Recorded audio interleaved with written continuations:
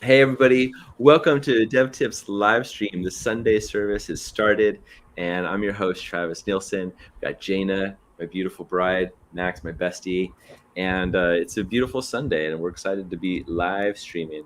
We thought we'd do a roundtable today with like the topic of art and creativity, and we wanted to start with Jaina. You had some, is that right? You had some questions for us? Like do a little bit of a short interview or something like that with us? Yeah, I just wanted to test out my interviewing skills inspired by you. Fun. um, Let's do it. yeah, it has nothing to do with art though. So, okay, would you Interview, the art say of interviewing. are you alpha, sigma, or beta, and why? Jeez, Max, you go first. Are you an alpha, bro? Are Alpha. you Yeah. sigma? Alpha? Although I don't Okay. know what sigma is. Can you explain that? I've Yeah, heard that explain like the in sigma. memes or something. But Uh, tell us what yeah, that it's kind of means. more like a lone wolf, so it doesn't really necessarily need a pack. It can kind of go off on its own. It can be social, but it's mostly like the idea of lone wolf, I would say. Nice haircut, Max. Okay. Well, I guess then I would be. Thank you. Oh, thank you, Hi, Mohammed. Mohammed. Thanks for joining. Yeah. Thank you very much. I did it myself. Did you really Really? do it yourself? I asked my Bro, Wow. own hair. Yeah.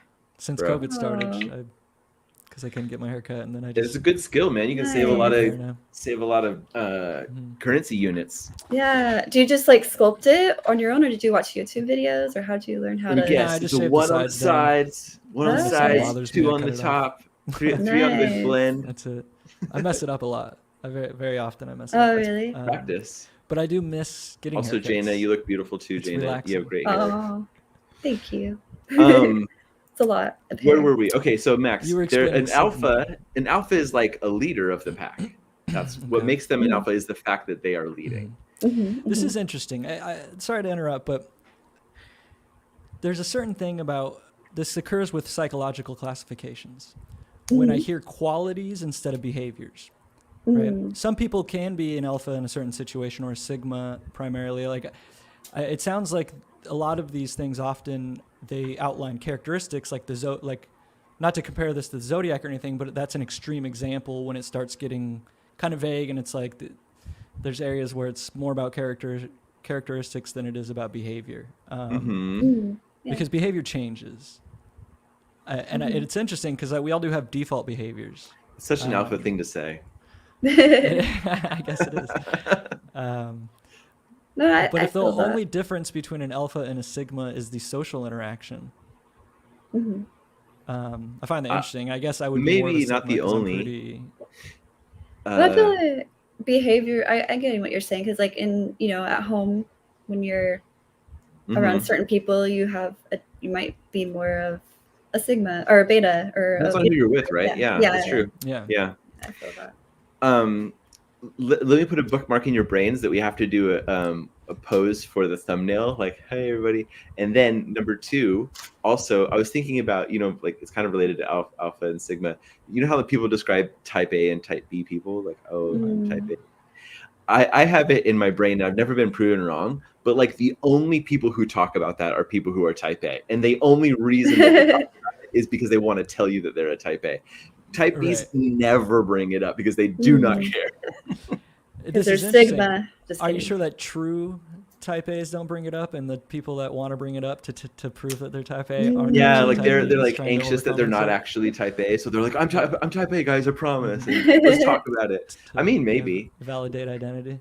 it's like one of those Yeah. things, like the most dangerous man in the room is the quietest man in the room. Like the true alpha doesn't need to say he's an alpha, like that. People say that.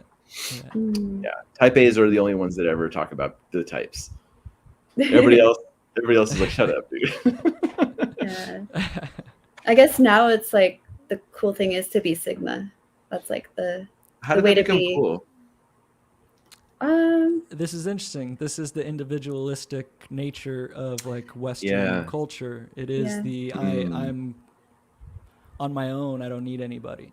Mhm. And I think it's a good thing for people to realize, but it's a bad thing for people to embody, especially in mass in culture, because like Yeah.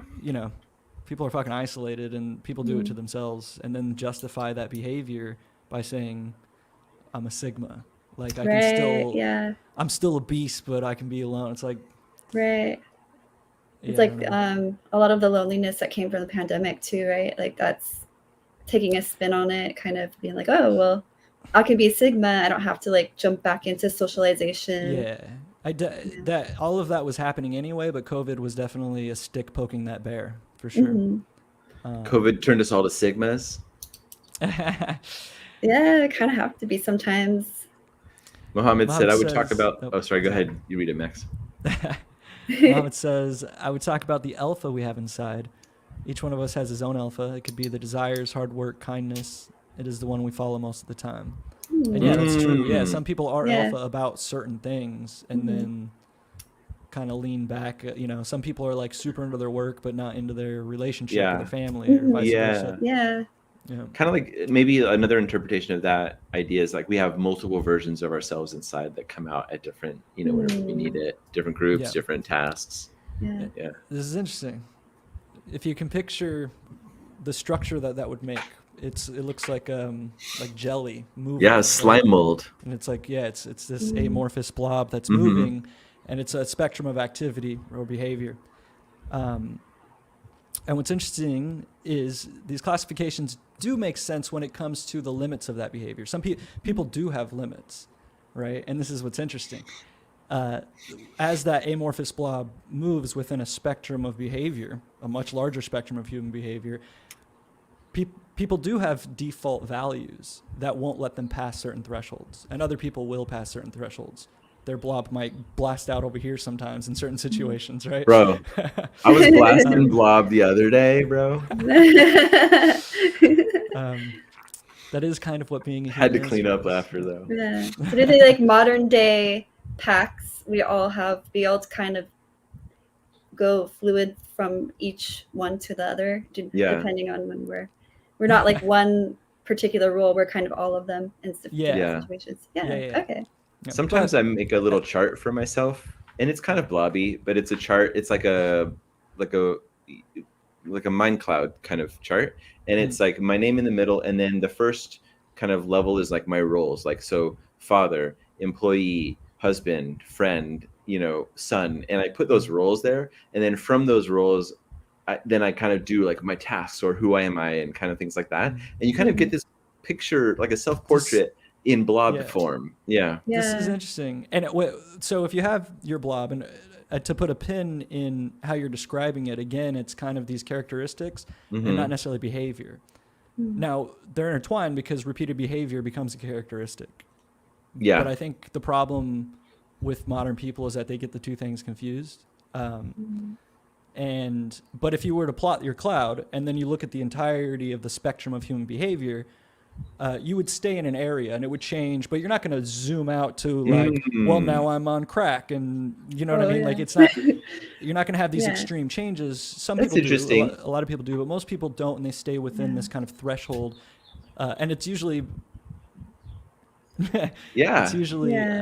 won't cross the threshold of their core values and belief systems that everybody has.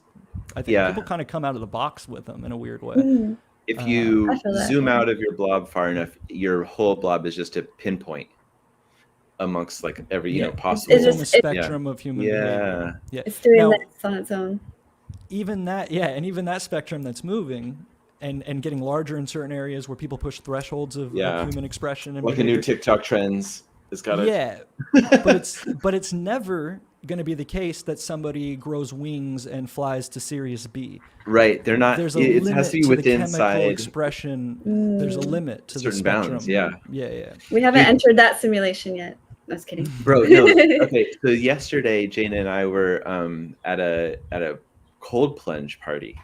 So like we go over. My neighbor Jimmy's awesome. Yeah. And we get in his sauna and get ourselves really hot. And I lick my teeth and I see if my teeth are cold or hot. And if like my body's hot but my teeth are cold, that means my skeleton's not hot enough. Like he cranks it up. It gets super hot in there. I'm licking my teeth and my teeth are sweating. Wait, I'm sorry. Did you say? I thought you said it was a cold plunge. Well, you go in the sauna first and get super heated. Right. Okay. And then you jump right out and then into the ice bath. Dude, it's super intense. Well, you kind of warm up in the jacuzzi first. It's like I'm into all of that. It's such a fun time. That's really And It feels good. yeah, Mhm. man. It does feel amazing. It really does. The chemical Mhm. concoction that your body creates from that stimuli is pretty amazing. It's better than anything you can Yeah. take. Yeah, it was great. Mm. And we had this little ceremony where we were drinking this kind of like root Kava? kava. Yeah, this Mhm. root drink, and Kava root, it okay. kava, and it's like it's a Polynesian traditional root, and it's supposed to be like Is it psychedelic? they say it can at large doses, but we just had little Mm. sips. But Nice. it's a traditional Polynesian drink that like when people would paddle into your island, you would share that before you do trade, so everybody's just chill and relax. Like I did have like a little bit of tingly like numbness on my nose and teeth and mouth, you know, No. like That's called a face. on my face. But here, like going back to like the spectrum of possibility, like what I experienced mentally was interesting because it wasn't, I wouldn't say like, oh, it was a psychedelic thing, but like I was very like it was very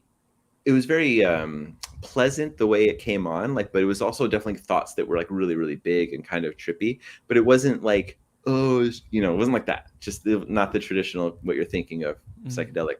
But it was like very like, oh man, I didn't think about this, but what I started thinking about was like how we're all like just like animals, and the way I was like, dude, we are so close to having a tail, you know, we're so close to like our knees bending the other way, you know, like the chance of evolution and whatever.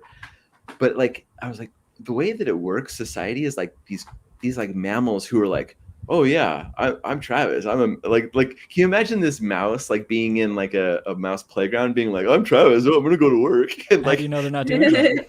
Making Venn diagrams of themselves and exactly, and like and then like there's going me, into cold plunges and yeah, hot there's tubs. me outside of the mouse kingdom, and I'm looking down, and I'm like, Yeah. that mouse thinks he's going to work. Like that's kind of like what it felt like when I was thinking about all of us humans, and like we have all these concerns, we're doing things, but truthfully, like we're just like, you know, so mammalian, so Yeah. very mammalian, and The the only interesting thing side is like effect. it's just scaled up. And I was like looking at my phone, and I was like, dude, the internet, can you imagine if dogs had like their own internet and they were just like barking to each other, and like their communication was instantaneous like us? Like we're very special mammals, but seriously, just straight up mammals. Yeah, yeah, with a little bit more complex processing when it comes to time. So dogs, right? I was thinking about this with my dog. What's up, dog?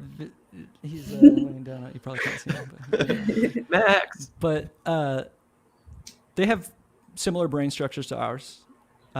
We have other layers that have evolved on top of these more primitive brain structures, and theirs facilitates a certain recognition of time, in the sense that if you throw a ball, they can judge where it's going to land, right? In the moment, the physics, that is time, right? Like motion over time. But they can't project complex data further into the future. They don't have that, right? We have these hyper processing structures of brain that will process things in the future. And what that becomes when you start abstracting motion over time away from the present, it becomes a story.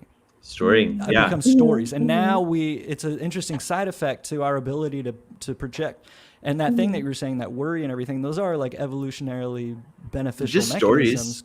They're just stories to stay away from danger without having to encounter it, right? To recognize it. But that side effect of stories is identity, right?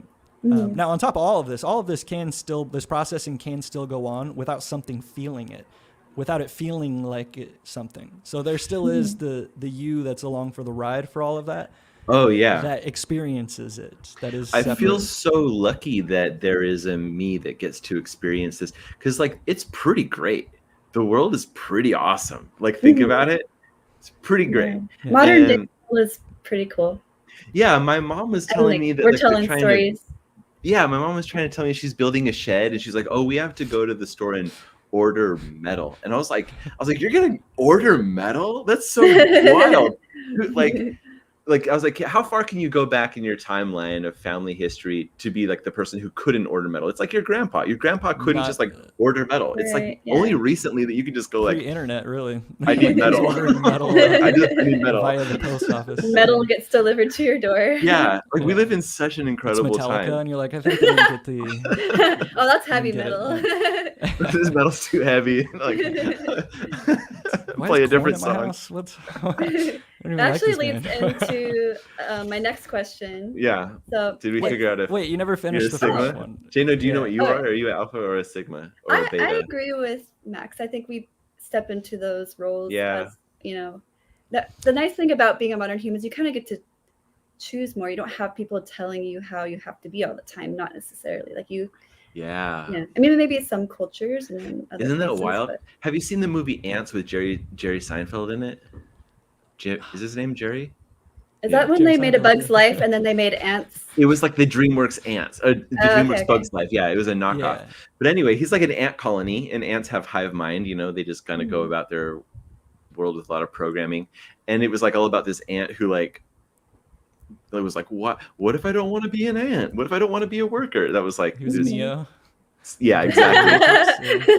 but like that's just like, it's so like aligned to what we're saying. Like we're in a modern world where like finally somebody can say, well, what if I don't want to be a farmer or a blacksmith like my father? Right. What if I don't want to be, you know, whatever. We're also in a meme world, so like everything is a meme. So of course, Sigma, like the trope is let it crust. So it's like you don't wipe your butt, you just let it crust. That's like a Sigma. What? That's a very Sigma. I'm an alpha. to do. Wait, that's a Sigma is not wiping your ass. This is interesting. See, this is where it falls apart. Now we're talking about behavior. And Yeah, now good the whole call. thing falls apart. It's like, where's the Yeah. behavior? Not the characteristic, what's the behavior? And it's like, oh, they don't wipe their ass? Okay, well then no one is a Sigma then, I guess, except for ridiculous people or people that need help. Jay Gannon we were talking about this a moment ago, but I was like, we're all like mammals, and I happen to be a mammal in a hot tub. And Jay Gannon says souls as mammals, which is interesting. My friend John was telling me that like he was walking down the street or wherever he was, and there was somebody like doing some tree trimming, and he was like really attuned to that, and he was watching it for a little bit, and he saw all the other trees like vibrating, like, oh no, our buddy's getting all trimmed up. Oh no. Yeah. And then last night in the hot tub, there was this became guy. A horror movie really quick. Well, okay, so no, a little bit more trees. scientific. This guy was saying that they had this experiment where they were like in a greenhouse and they were measuring its vibrations, right? So everything vibrates at a number of hertz, you know, like a specific vibration that you can count. And he said the plants in the greenhouse were vibrating at a certain vibration X. And then one guy came in and he was mean to a plant and he ripped it out and pulled it and like destroyed it. And all of the plants were like, oh shit. Like they were like vibrating at a higher vibration, like a more excited vibration. And then he left and they calmed down. And then other people came in and they didn't really change. And then that guy came in and they got.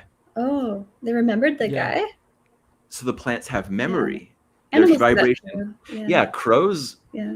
Crows will tell stories. They will like, they did this experiment where somebody put on a Ronald Reagan mask and they went into a park and they hassled some crows. That's what the report says. They hassled a crow. I don't know what that means. And then the crows would get around and caw at them, and it's called rebuking. The crows would rebuke them. And then they would go back later, like the next season, and crows that weren't even born at the time would know about it. Fuck with them, yeah. And they would be like, hey, everybody, he's here. And so it's crazy. Like the crows would like warn their young about this guy who looks like Ronald Reagan. Isn't that crazy? Masks too, like the person to see, and the crows would respond to them. Yeah. That would respond to the mask.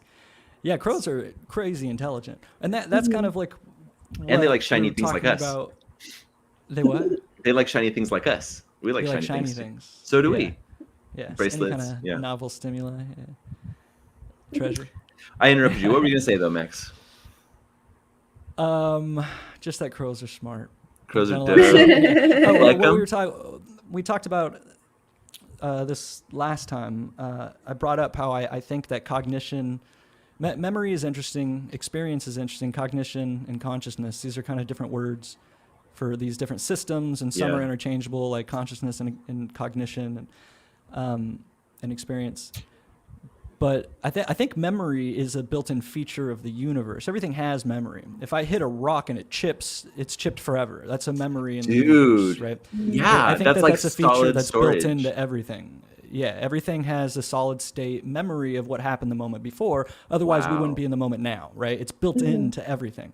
So I think memory is interesting, and even our personal memories is built into our body, right? Our scars are things that happened, right? Like, Kind They're of also giving stories. blowing my mind grapes right now. Sorry, Jamie. Thanks. Well, yeah. like scars are also. Hopefully, a physicist listens to this. Well, You can validate my claims.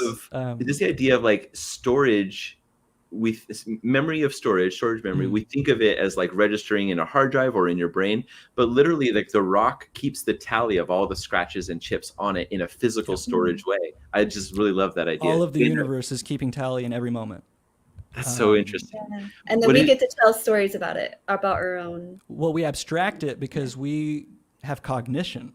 We think about that process and then project possibilities in the future based on that motion, based on talented mammals. That's a cool talent. This is what Noel Yuval Harari talks about in the book Sapiens. He says, like, the reason, like, our competitive advantage is our ability to tell stories, come together and agree. We agree that the dollar has value. We agree that we want to build a building. We agree that the science makes sense. Yeah. From a systems dynamics point of view, it can be a competitive advantage. It can also hold you back if you're telling the wrong stories. I think more than anything, it's an information compression algorithm built in. Same thing with, like, the universe doesn't need to store memory if it's imprinted on everything constantly. So you don't actually need, it's a compressed version of what has happened. It can be extrapolated from what just happened and every moment preceding that. And also meaning. Because like the rock, you can see its storage of memory, how many chips it has, scratches on the rock, but there's no way to extract meaning from just that storage. So the stories, that we have are not about event. Like I'm writing a screenplay. We'll talk about that later in the thing. But a lot of the times they talk about like the meaning of the story is way more important than what happens in the story. And they talk about this a lot with screenwriting. I think I agree with that. I think on some level, I think that, if you ask yourself to what end do things be? At one point as a human, it doesn't matter because the only end that matters is that things be. At least, right? Yeah, if that I love makes that. sense. No, I love that. And I've always saw it as my role is just to be the observer of the thing that be. I love. Yeah. But ultimately, I think that on some level, possibly, certain systems are brought into existence for the emergent property that emerges from them, from that interaction. Like proteins and amino acids coming together to form DNA, right? Yeah. Even if that did just randomly happen in the infinity of... at some point, a spark turned on, and now there's a will to be. Now there's a thing, a system that does have meaning, that does want to be and continue being. And at that point, it is the only end, regardless of other conscious entities or a great deity. The only end is for us to experience. And ultimately, as a species, that is kind of like...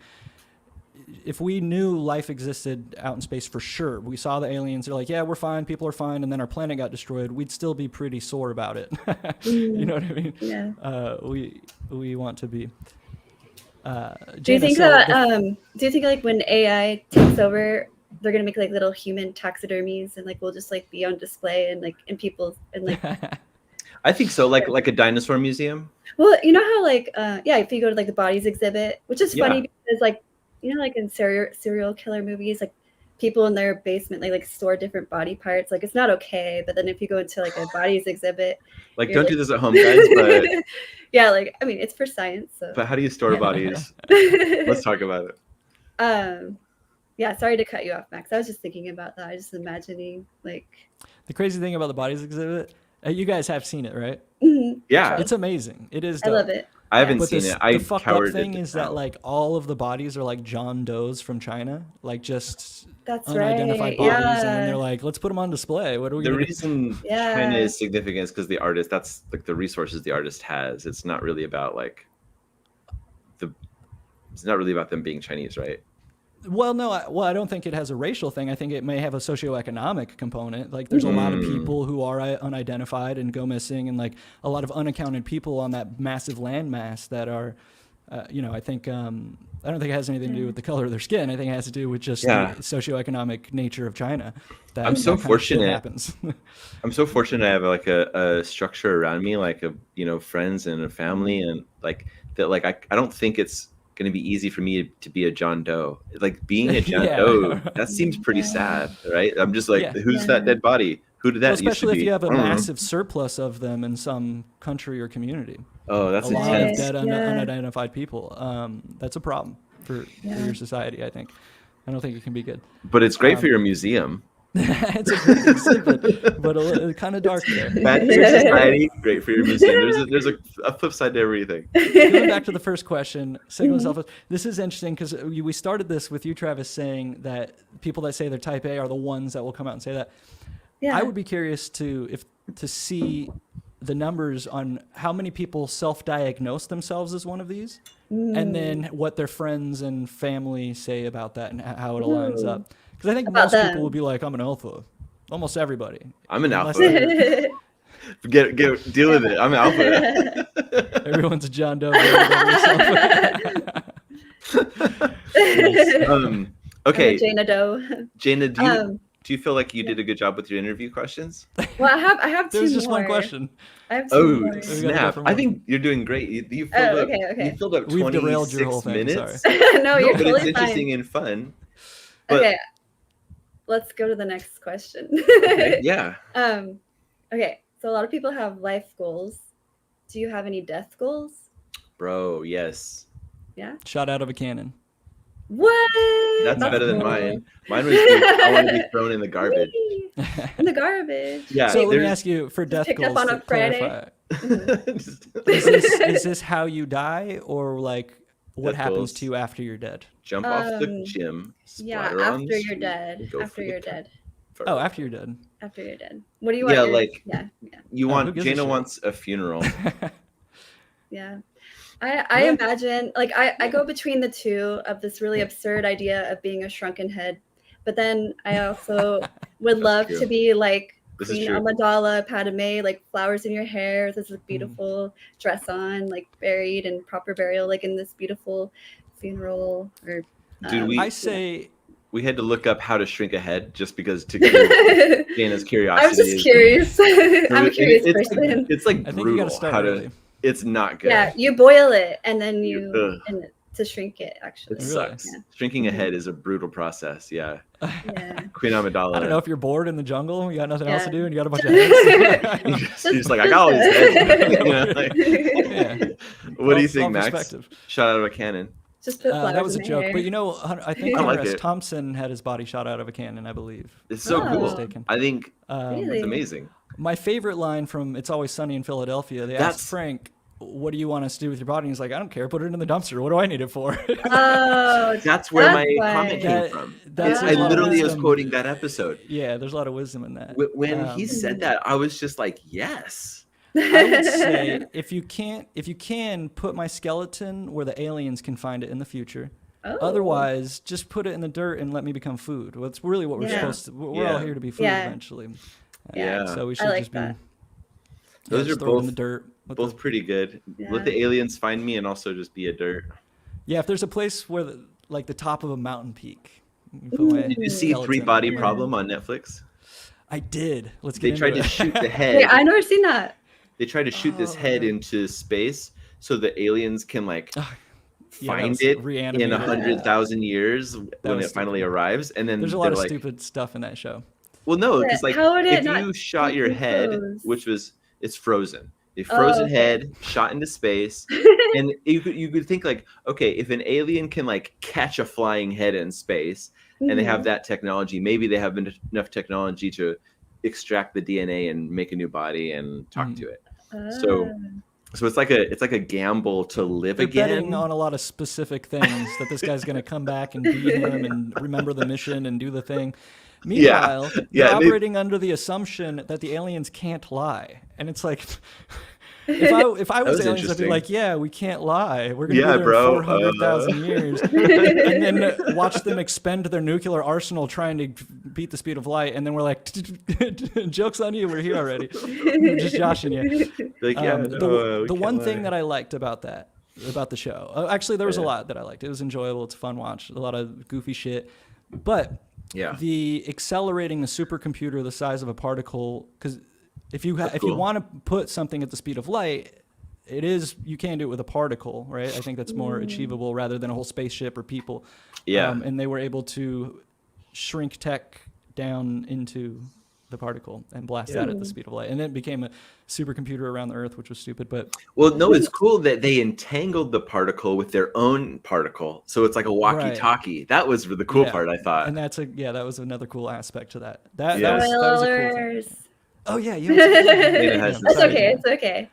It's okay. It wasn't the best thing I've ever seen, but like there was some cool ideas. It was fun. Yeah, it's fun. It's a fun watch. Yeah. Yeah. So my last question. Was the second question? Oh, what was the second question? Second question was death goals. I think we all answered. What was yours? Jana wants to be a shrunken head. Well, not that. Not for real. I kidding now. You said it on a podcast. It's you're a shrunken head. If it's possible, I wouldn't mind. Just put me like on the dashboard, like on your like rearview mirror. Yeah. Then you get to chill. I'll get you some small sunglasses too. Oh, nice. Some really party hat. Yeah, you can have the hats, seasonal hats.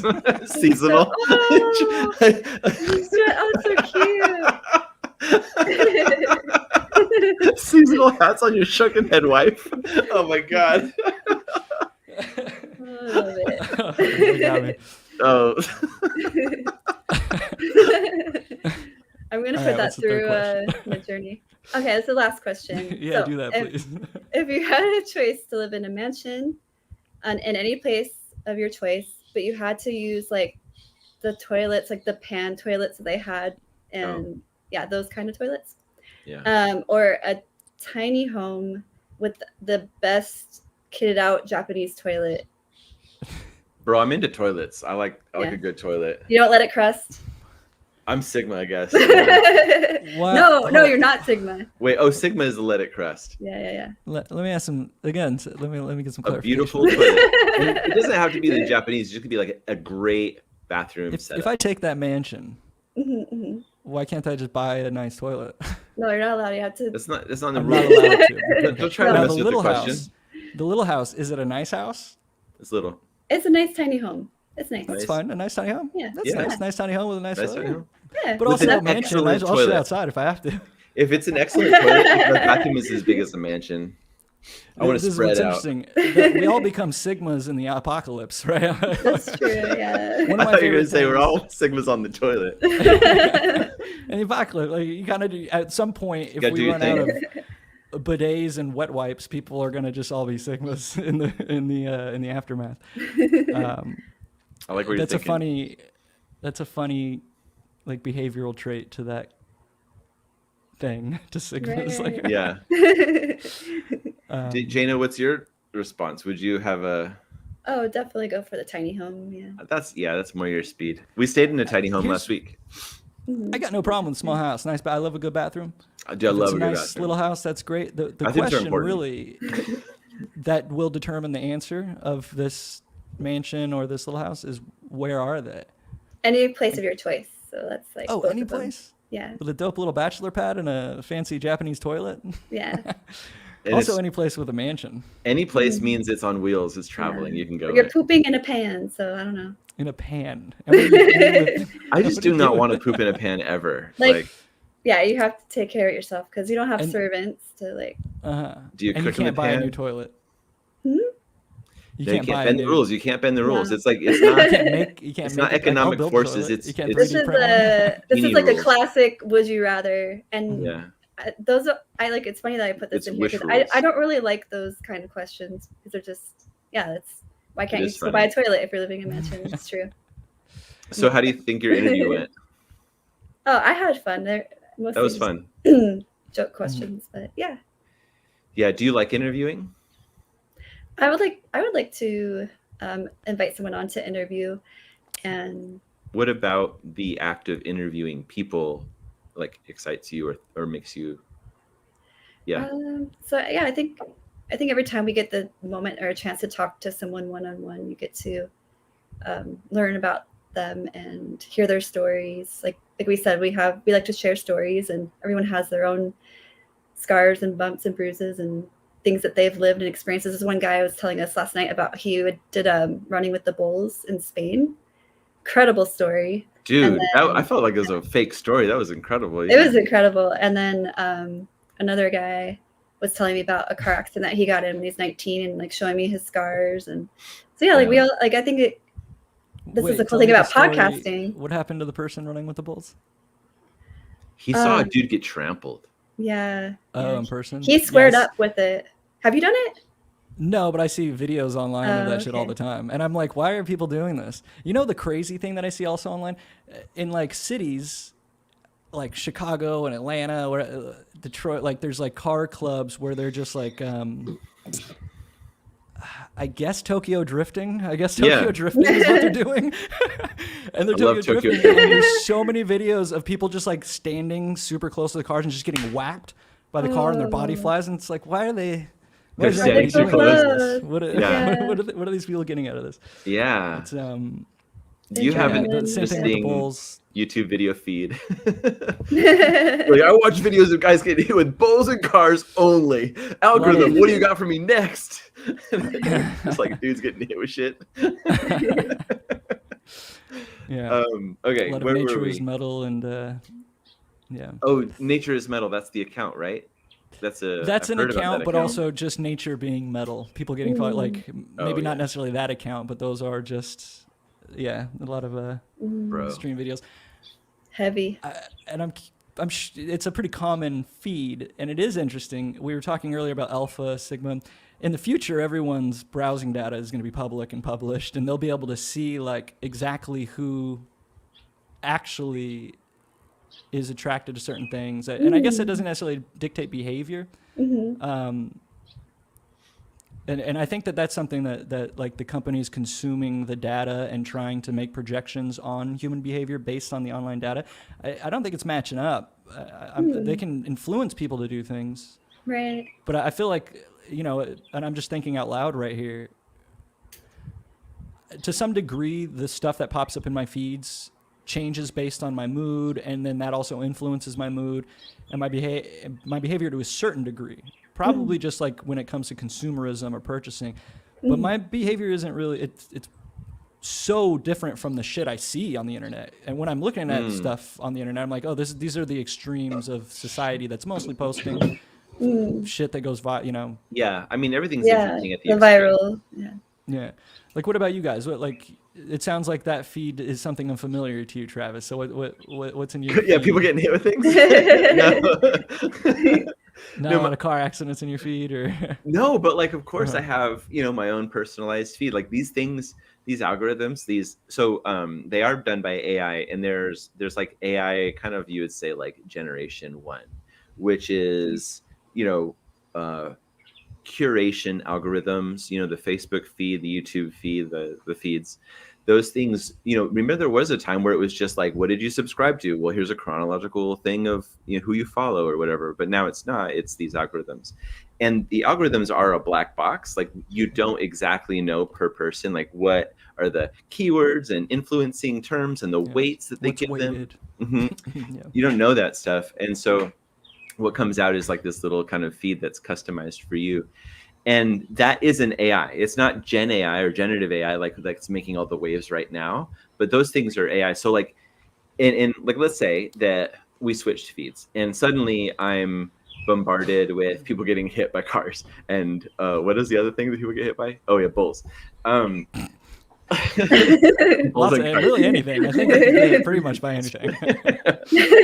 Well, over time, the people getting hit by things will be normalized to me because I'll see it enough, right? And it will literally not just become like a part of my feed, but it'll become part of a way I see the world. And so when I walk down the street and I see somebody almost going to step into the street, I'll be like, oh shit, here comes a car going to get you. Yeah, like you'll be attuned to that thinking.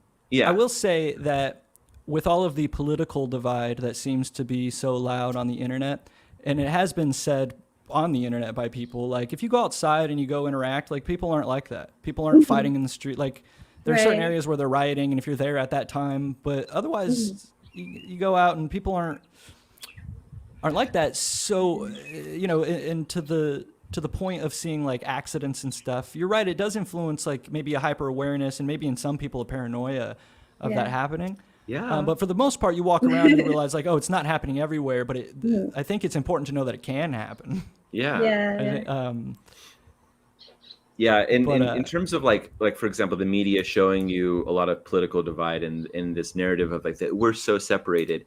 Maybe you don't go to the grocery store and it's like a red versus blue divide right down the grocery aisle. But still, like if everybody in that grocery store has seen those same, versions of news articles and links and heard stories about it, they're going to walk around with this thinking of like, oh, I wonder if everybody here is on this quiet divide. And you walk around with this sentiment of like, our nation is super divided right now. But the truth is like, is it? Like, I don't know, but I know that we're all told that it is. And so we're all thinking, is it? You know where I stand on that. No, I don't. Dog. What's a purple pill, bruh? Well, I think that people say like, oh, we're never been more divided. I think everyone's never been more united in their love for politics and the government. Interesting. Yeah, dude, it's such a good drama. I think that you have a bunch of vegans fighting with meat eaters, but they're all in the same restaurant. You know what I'm saying? I think because the Tiger King is over. Like it's no longer popular on Netflix. Like, what are we gonna watch? Like, let's just get into this Kamala. Like suddenly. It is entertaining for people. Super entertaining. And it always has been, but the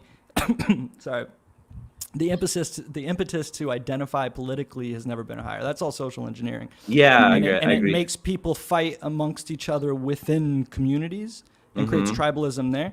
But if you zoom out, everybody loves one part of the government or the other. What I think people need to do is boycott the government, boycott the tax system, and the real entrepreneurs of the future need to set up like ethical committees to create better, more modern systems. If the redistribution of wealth is at the core of that, taxes.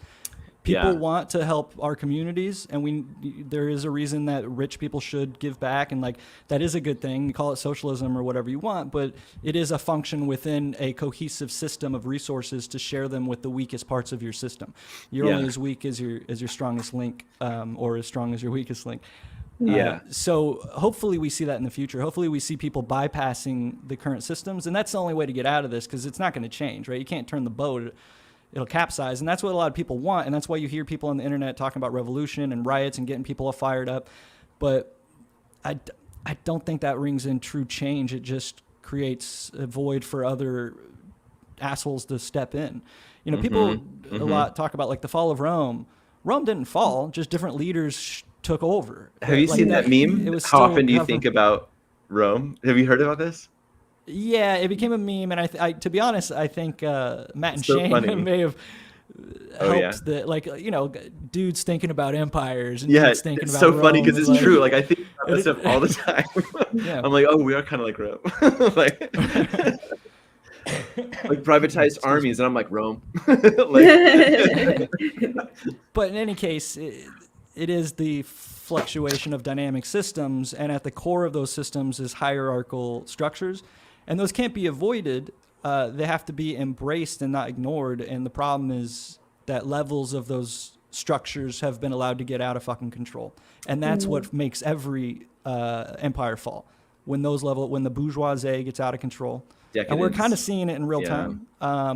Luckily, there's a large enough middle class in the West to not necessarily get violent. And the problem is,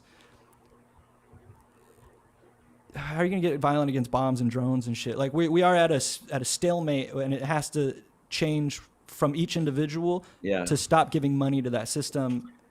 And I think the only way out isn't just to boycott, but to create hopefully, and I hope no, I'm telling you right now, fix it.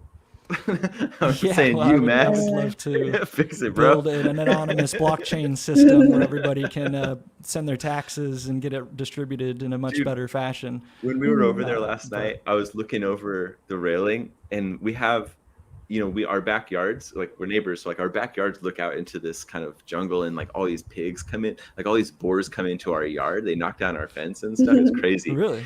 Oh yeah. So, and I was That's like crazy. out of his yard, and I was looking over, and I was like looking at all this like jungle, and there's animals in there, and we're sitting out there, and there's like tiki torches and music playing, and I was like, thinking about, again, we're all like mammals, and this is an interesting tribe that we're in, and I was like, we built this fortress to keep those other animals out. I was like, for the safety of our tribe. It's like, it was so crazy. And at that small scale where it's just like, we're at some guy's house, it's neighborhood people, like everybody could get behind this narrative of like, let's build this wall, keep the other animals out. It's easy, Yeah, it's easy to get behind that narrative when it's just invasive boars. Yeah, Right. Yeah. And then when you scale that up, like we have whole global conflicts, and it's just people trying to like keep the other Well, it becomes xenophobia. things out. Yeah, it's just like a lot of protection. Yeah, it's so bizarre, like when you realize that we almost had a tail. Okay, so let's jump into this next segment of our show for the next little bit, and talk about we're going to round table on the theme of art, and we each prepared some ideas or questions or talking points or even things to showcase. So Max, let's throw it to you first. What do you got, bud? Well, I don't have anything to showcase, but I was working on some music, and I kind of did want to talk about intellectual property, art, and we talked about this a little bit ago with like AI music. I personally think it's just another tool. It's another thing to make music, and we're just going to see more and more hyper refined connoisseurs that will recognize or appreciate or do the research of the people that are putting in the work, rather than just having the thing make the song and putting it out. But I utilized, and this is an interesting thing, I'm utilized samples. So there's no AI involved, right? But it's all the same concept, right? Okay. These are royalty-free samples that people put out. People record like a bass line and put it out, or people will isolate a sample and get it cleared for royalties and put it out, and you can use these and cut them up, right? And based on your level of musical engineering experience, you might put a lot of work in and make it sound completely different. However, regardless of your musical engineering experience, you might not cut them up and just curate a bass line here and get a drum rhythm line here and some percussion, get another loop of guitar, a lead, and you curate these sounds. You didn't create the original ones, but you're curating them and creating a much larger sound bed. And I guess it's a philosophical thing, at which point originality occurs, at which point even somebody that's a seasoned musical engineer might do the simple thing for the sake of the art. The song is the end goal. Just like we were talking about with people, like the experience is actually the end goal, not the things around it. And in terms of art, it is the art. And a true artist does a thing for the art, even if it is untouch the raw material. And this is interesting because at what degree I can take a pound of sand and put it on a pedestal and say, this is art, this is my art piece. Yeah. And if I was already a famous artist, that would be in a museum and at an art show or an exhibit, and somebody could buy it for $1 million, right? But if I'm just some guy, then nobody gives a shit that I put sand on this thing. And that's been contention in the art world well before sampling and well before AI. This has always been there. And it really comes down to at which point does originality occur, and can it? Yeah. And does it matter also if the end goal is, if the piece of art is good? Yeah. If there's goodness, so Andy Warhol, he painted the Campbell soup can, and somebody went to him and said, I could have done that. And he said, yeah, but you didn't. And it's just the can, right? And I think there's a lot there. I think there's a lot of good examples of people using, like the new Childish Gambino album is a great example of Such a bump. I listened to the whole album today. It's haven't an hour heard it long. It's so good. Sorry to so yell. Bookmarked. good. It's really good. I do love him though. Yeah. You hear all these things. You're like, I've heard this. But the way that he remixes it, reorganizes it, and then like is storytelling, which will eventually be, or it is a movie. It's going to be released. Is it a full length or like a?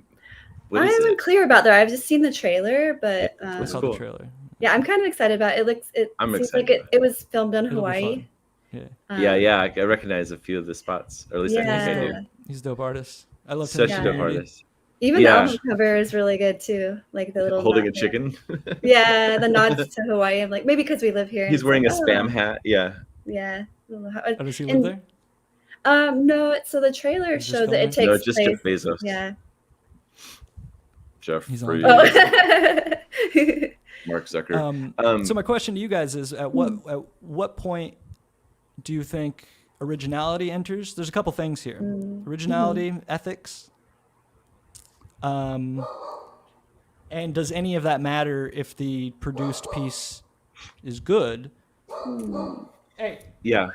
Like the sum of its parts, if they're in service of the piece of art itself, doesn't matter that you've heard that sample before or that the artist actually is just interpolating something that came before it. This is not an original thought. But if it's in service of that moment of, sitting in your car and nodding your head and be like, this is me.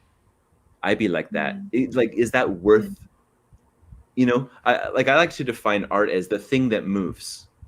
And so if it moves you, if it takes you to a new place, like you can step into somebody else's experience or even make a new one of your own based on their perspective, and it's art.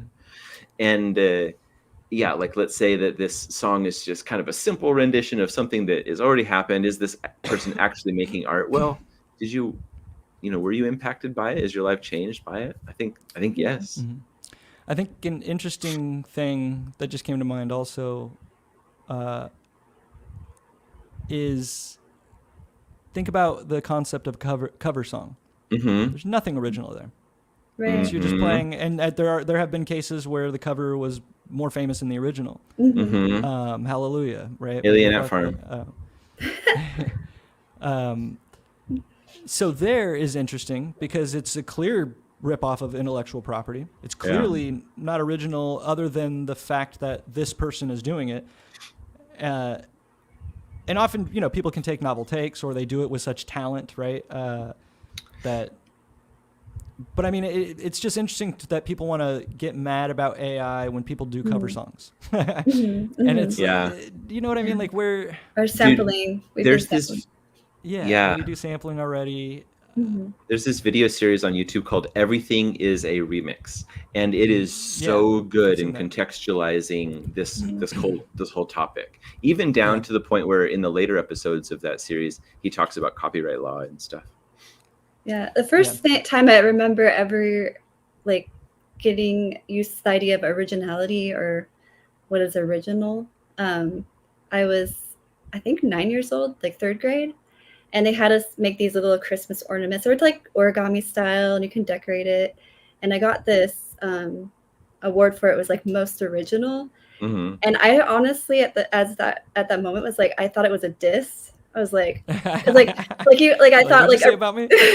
well, I thought like original, like original, like the original like thing. I didn't think of it as like something that was new or fresh or innovative at all. I was just like, oh, that's kind of sucks. But then I later heard it being used in terms of like what that actually means, and so it's just funny in that little kid moment. I didn't really understand what that I was even being awarded for. Interesting. But I guess whatever I did with that was something that wasn't being copied. It was like my own little artwork, and I was just in the zone creating this thing that I thought looked good. But so to like answer that, like, I don't know where we start to be aware of what's original and what's not. Like when you're a kid and you're creating art, you don't think about that stuff. No one's like, he copied me, or like you just kind of doing your own thing. So actually, at what point, kids do say that. He copied Copy me. me. They Well, get, kids do copy though. Mothers Yeah. to do is Yeah. a big part of. but I think, but to going along what you're saying, Jane, like I think like derivative output that kind of pays homage to the original it can even enhance the meaning of what it is. So like if you're listening to a song and it samples another song that you know, Mhm. it can really enhance the intention of the artist. Like, oh, I know why they sampled this. The other, like an example is Kanye, Blood on the Leaves. He sampled Nina Simone, not Nina Simone, yeah, and Bad Fruit. And Kanye is talking about consumerism, and the earlier song is talking about racism, and he parallels those two in a really interesting way. But if you didn't have the knowledge of what the sample that he sampled is even about, then you would think like, oh, this is a good bop. But it enhances it because you do know that it's a reinterpretation. So I like remixes because of that like idea. That's a specifically good example. I'm good at words. I don't think they're all like that. You are good at words. And things. From a philosophical perspective, the problem with originality is everything is original and not at the same time, right? A copy of a thing is still original just by it existing. It's still separate from the original thing. So like originality, I think, is inherent even in copies, and it clearly is if people either hate the copy or love it more than the original. So then what you're looking at is just kind of a spectrum of quality and quality is really the key there. Attachment is the thing that they made, emotional attachment that people get to the thing. Is the derivative thing good? That's going to make or break the whole situation. Right. Have you heard any good AI generated music? I have not yet. I've heard funny ones. Yeah, I've heard funny ones. Yeah. Yeah, I've heard like it's getting better. But I don't doubt that AI will generate some shit that slaps. Right? Yeah. Yeah. And that's fine. I don't think anyone's gonna. People just aren't going to get in. I read a study recently that they did that for the most part, consumers are turned off by AI used in marketing. All of this AI, like they really overhyped it and shoved it down everyone's throats. And people are like, I don't know, like it's all private data that these companies they're getting a little out of control with their ability to collect and process data. And now they've like people are turned off to it. So I don't think people are going to really get crazy about like AI generated girls dancing to AI generated music on TikTok once they realize that it's AI generated. They're going to be like, oh, this isn't a person, this isn't real music, this is... There really is something about synthetic versus, like organic. Even when it comes to the output of the thing, I don't want to talk about it too much more. We want to move along, but it's really, really interesting that the way you feel about something is knowing where it came from or how it was made. Yeah. We're at It's also how it's presented to you. I mean, for all you know, all the music I've been making is AI. And I'm like, look at this music I made. And you can be like, oh, this is, and you know me. But I can be like, oh yeah, I had ChatGPT write these lyrics. I made and it's obviously not true because it's, my shit slaps. But that's good that you know that. But the fact is, the presentation is very important, right? I mean, look at Milli Vanilli.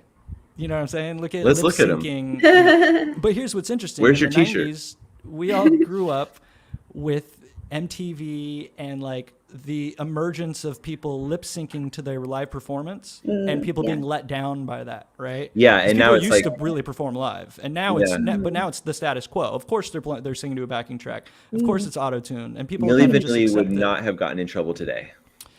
Yeah, they wouldn't have gotten in trouble in the same way. They had their Grammy removed. Yeah, although in their case, I don't think they were lip syncing to them singing. It was actually straight up completely different dudes singing. That's right. Lip syncing to and selling them as the singers. So I think they probably. That's a good point. I'm unaware of this. Right. It's different. Yeah, you're right. Like they were just the face, and they had no singing talent at all. Not even. But even still, they wouldn't get in as much trouble now as they did back then. Oh, dude, I saw Right. this video of Travis Scott singing, and then his like auto-tune plugin crashes or whatever, and like suddenly you can hear him sing, and it's just Yeah. not good. Exactly. And he like stops and I like wouldn't- looks like that, like I know this is not good. I wouldn't have guessed that it was good. Yeah. But, you know, But we don't care about that. I don't care about that because he's an Yeah. artist. If it's like, oh, he can't sing, but he still gets it out. He gets his idea out. He's still like, you know what I'm Yeah. saying? It's like Yeah. you tune your guitar before you play. You know, it's okay if he's tuning his. I don't really hate on that. It is kind of funny. It's silly when like a singer sucks in reality. But I think in his case, he's not a traditional singer. He's like a personality. Yeah. And he's like a vibe more. Yeah. That's what he's selling, Yeah. not necessarily like a beautiful voice. Right. Um, Kind of like Grimes. Like she's getting a lot of flack for the Coachella where her DJ set was kind of mixed up, and then she was trying to explain it, and Poor girl. That must have been so like I know. frustrating and I embarrassing. kind of And remember that. Yeah. Yeah, I like that's the Grimes. last. I like her too. Although, her and Elon is weird. They're weird people, but yeah, weird Yeah. mammals. She lent out her voice for like an AI voice, like so you can like use her voice yeah, and Grimes make AI. music. Yeah. Yeah.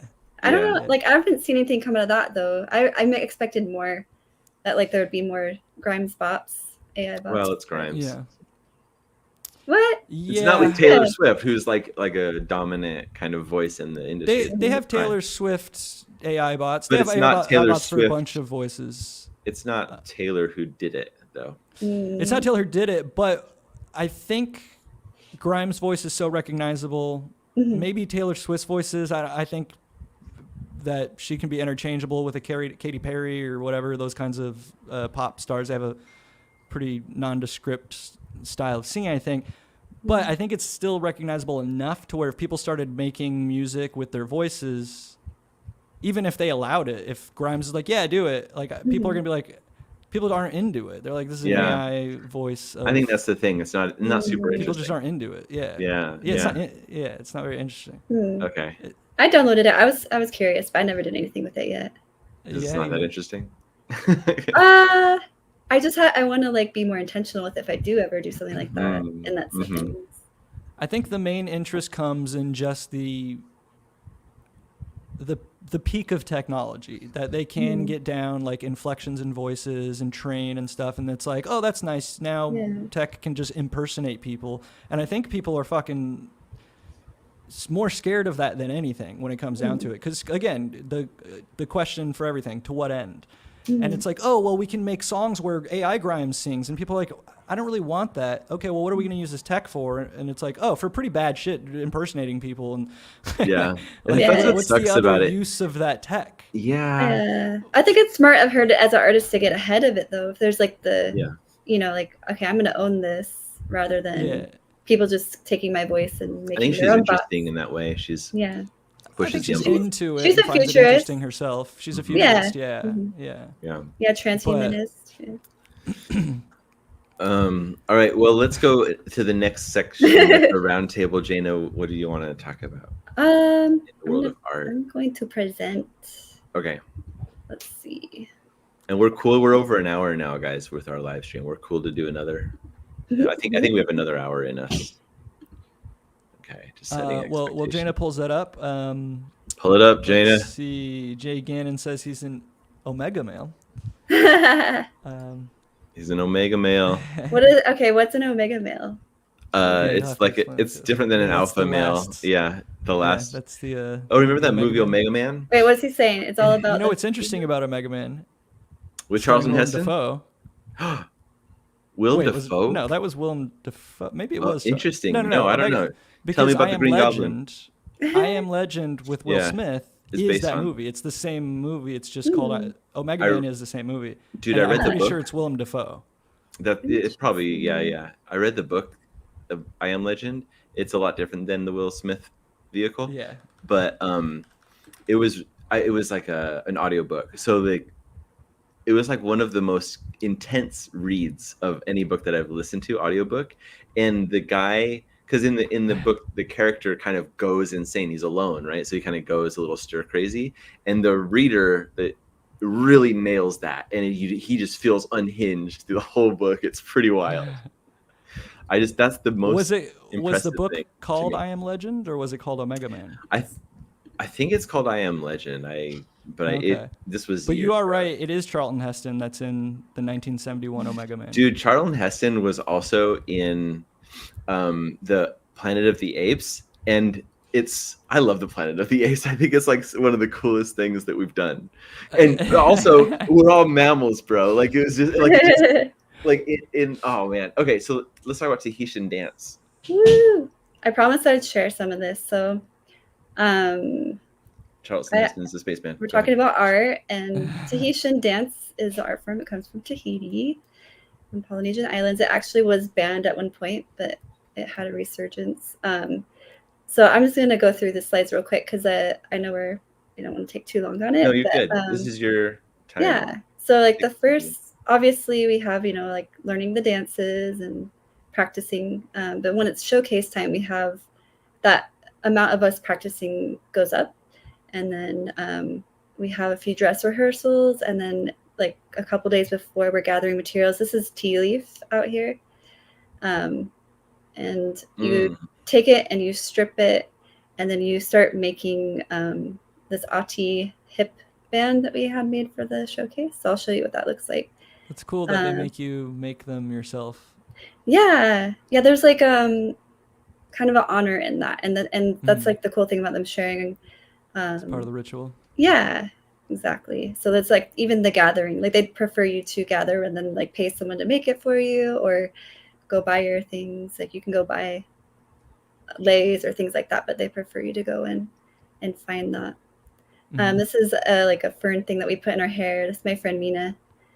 And this is showcase day, some other friends. That's the leaf like around our hips. And so when you do the twirling, it kind of like floofs out. This was another a number, but we didn't make this dress, obviously. That would have been really hard to make. But we did gather the hibiscus. Like it's funny, it's like we have all this tons of hibiscus in our hair, and it's like it's hard to find it actually. Like we're all like searching on the island. Did anyone find orange? Like she gives us like the color and everything. This is a picture that Taylor Marsh took. He was doing like film, which was really cool. I am not like a fan of taking pictures, and I get really awkward about it, but he featured this one, and I was like, oh, like actually not mad about it. It's a dope photo. That was pretty cool. Yeah, a nice like memory and homage to it.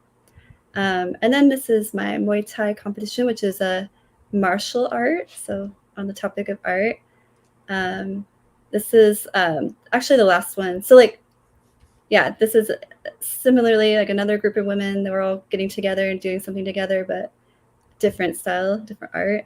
All these mammals kicking each other. Do you have any video of it? Yeah.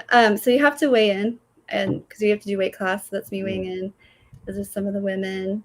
I wanted to show around, like, so I'm not going to show around. Hey, I just put the like what's wrong with you? I'm actually going to show round 2. So Sorry. round 1 is like getting a feel for your opponent. And then here, let me stop sharing and try to share the other tab. Okay. Don't judge my fonts. Are you going to say Arial is your No, I just used the default. That's fine. That's fine. Okay, why is it not share screen? It's fine here. Okay, let's see if this works. Can you see that? Yep. All right, so this is round 2. Because round 1, you kind of get a feel for each other, and this is like where the action starts to happen. You're in the blue. We see your back right now, right? Yeah, this is me, blue. And then I was... You're taller than your opponent there, huh? Yeah, or so... is it just perspective? I am taller, so a lot of the women out here who I am, like last competition... Oh yeah, all the Hawaiians are shorter, so you're just beating out the brown people. Dude. So bad. Okay. But yeah, the last opponent I had was from Big Island. She's a lot shorter, and then this is she's from Maui. So. So. Yeah. I'm so turned on right now. Can you hear it? Yeah. Okay. So a lot of it too is like listening to your corner. She doesn't want to get kicked. It's hard to find your range. You have to kind of, there's She different needs to close the zones. distance on you though. So what I'm throwing a lot is a teep keeping to try to things get her back. And Good catch the leg right there. Good job. What's Yeah. the deal with Muay Thai? Oh, You can't do okay. takedowns in Muay Thai? Oh, Is it you just can do striking? sweeps, but it's not scoring for sweeping. Like if she closed the distance on you and grabbed you by your hips, can she take you down, or is that not allowed? Yeah, in she Muay can Thai? not kick the goal, me. though. You can catch kicks, but it does neutralize. What did you say? That's not the goal. that's not the goal. That's not really how you score a point. Taking What's down the is goal? not. Strikes. To, Striking. you get. Oh, okay. So you get Countering. multiple strikes. Striking. Okay. Yeah. Boom, Jane. Oh, dude, yes. This is my wife hitting people. I love it. Bam, bam. Just here. See Jana like grab her head and knee her in the stomach. You're going easy on her though. You're not going 100% right there, are you? Also, they have these big bulky pads, so that slows them down a Yeah. little bit. But she's like literally like kneeing somebody else in the body, like shots. And Jana has like sharp knees too. She's like, bam. You're all edges. That's so awesome. Do you find yourself holding back a little bit? Is there a part of you that's like, I don't really want to hurt this person, or are you able to just be like, get into competitive mindset? Animal mode. Yeah, it's interesting you asked that because, well, in this particular competition, it's light hand contact, so they will de-escalate it if it gets too high. So I learned that the first competition I did in March, they were like, calm down. They would kind of they break it up, they stop it. And so this one I knew to go lighter and like kind of hold more composure. But as you can see in that round, like she was kind of already gassed at that point. And so I'm kind of grateful that we're all padded up because it kind of dehumanizes the person. Doing all the work, actually. You were the aggressive one there. Working it. Yeah. She got gassed out. Yeah. She got gassed out about like end of round 1. And so I kind of had the advantage, but I did check in with the ref, like, is everything okay? Like, we're not going too hard. And he's like, no, you're good. So I had to go just to, use what I have, use my skill and work. But I could hear her wincing a little bit, and that was tough. But in that zone, like you were asking about the zone, it's like more into the sport zone. And so it's nothing personal at that point. It's just like, I'm just trying to score on you. And then having the headgear, the body gear, all being padded up, you see that scoring, you see where, what to kick, what to grab, what to counter with. So I was just more focused on that at that point. But yeah, we hug it out after. And it's also kind of like a dance, it's like, it's about your body, it's about your movement, and I don't know, it's cool. So you're going up against a lot of people that are shorter than you because they're Hawaiian, Polynesian, like there's smaller people. Do you find that a lot of them do kind of do that back up, or do you get aggressive people that will close the distance and get in on you? I haven't and are those had usually that the people yet. that because you said a couple weeks ago you got your bell rung, but I think you said you were just sparring. Yeah. But was that with like a trainer or with another student? It was another student, and the difference was we were in a ring at that point. So in these competitions, we're on the mat, and so those people, when you're backing out, they're backing out out of bounds, and they break the fight, start you back up in the center. So that's why my coach kept saying, take center, because that person's backing up. And in that moment, you're just kind of trying to create a zone and dominance. So like feeling out zones. So like a zone 3 is like long teeps, long punches, kicks. Zone 2 is a little bit more knees and elbows, and then zone 1 is when you're clinching. So when you're like actually grabbing and trying to create enough distance for knees or elbows. We can't elbow in that competition. That's why I didn't see any, but we were allowed to knee. So I would be like very curious to like have one in a ring with a little less padding and see how that goes, just out of curiosity. Yeah, padding I think that's seems cumbersome. It is. In Muay Thai, if you take someone down, can you ground and pound and get those points? No, can you no. mount somebody and start just pummeling them? You can't do that. Okay. No, that's more like if you train Muay Thai and you're fighting MMA. Like, yeah, if you're doing MMA and you're training Muay Thai, you can use that, and then do that, but in Muay Thai, even sweeps are not scoring, so you could sweep people to like kind of catch a break, or if you're up on the scorecard and you kind of want to like have that break in it, but and it kind of looks cool. It's like a crowd pleaser, but it's not much of a scoring thing. So I don't really throw it too often, and then I do actually train most people. I'm like spar with are taller than me because they're men, so it's interesting that it's a different feel when I go into a competition and it's like a woman who's my weight, shorter than me, or even my height, maybe a little bit taller. It's definitely. It's like taking the weights off. Yeah. When you're fighting someone that's taller than you, do you get that same impulse to kind of like back away, or do you get in this? Do you get in and move in and get close to close that distance? I think I've been told by many people who do spar with me, I am like a forward pressure marcher, which is annoying to a lot of people because you're just like push. But there is ways to go up against that. If people were to like teep me or create that space, like anytime someone's moving forward, that's a great opportunity to like, especially if they're bigger than you. Yeah. Especially if they're bigger than you. And then I think for someone who is shorter, if they can work on the inside, if they can get in and out really quick. Yeah. They have to get past your reach, get close to you, so you can't. Yeah, but they have a thing called a long guard, so it's like when you're like putting your arms out like that, and I have these long arms, long limbs. So I think my coaches are putting me in zone 3 a lot, like keep zone 3, because that is something. But I actually really do like zone 2. I think that's where things get a little bit exciting for me. Like, because that's more of like closer, like punching. Your guard goes up here instead of out here, and What's zone 3 again? Like teeps, kicks, long punches, keeping people away. You could even do like abilities. a detached knee, and then when you step closer into zone 2, it's like more of the throwing hands, elbows, knees, a little, like you can do it. So it's just more abilities unlocked in the game. I don't know. I think it's easier to counter at zone 3. So like defensive wise, zone 3 is an easier defense and counter because it can like check a kick, throw, like whatever you're doing. It's at zone 2, you either want to get back into zone 3 real quick or you want to go into clinch. It's like that's why when she would say 3, 2, 1, that's me meant I was up on the scorecard. I have to go from zone 3 to 2 to 1 and then clinch and break posture to score. So there's a lot of like technique. I know fighting seems like fighting, but it's fun when there's like you're actually. We all listen to Joe Rogan. Actually, I mean, no offense to Joe Rogan, I actually have never like really listened to any of his podcasts. I'm aware of them. Yeah. It's funny that I'm on a podcast sometimes, but I'm like, I don't really listen to podcasts very often.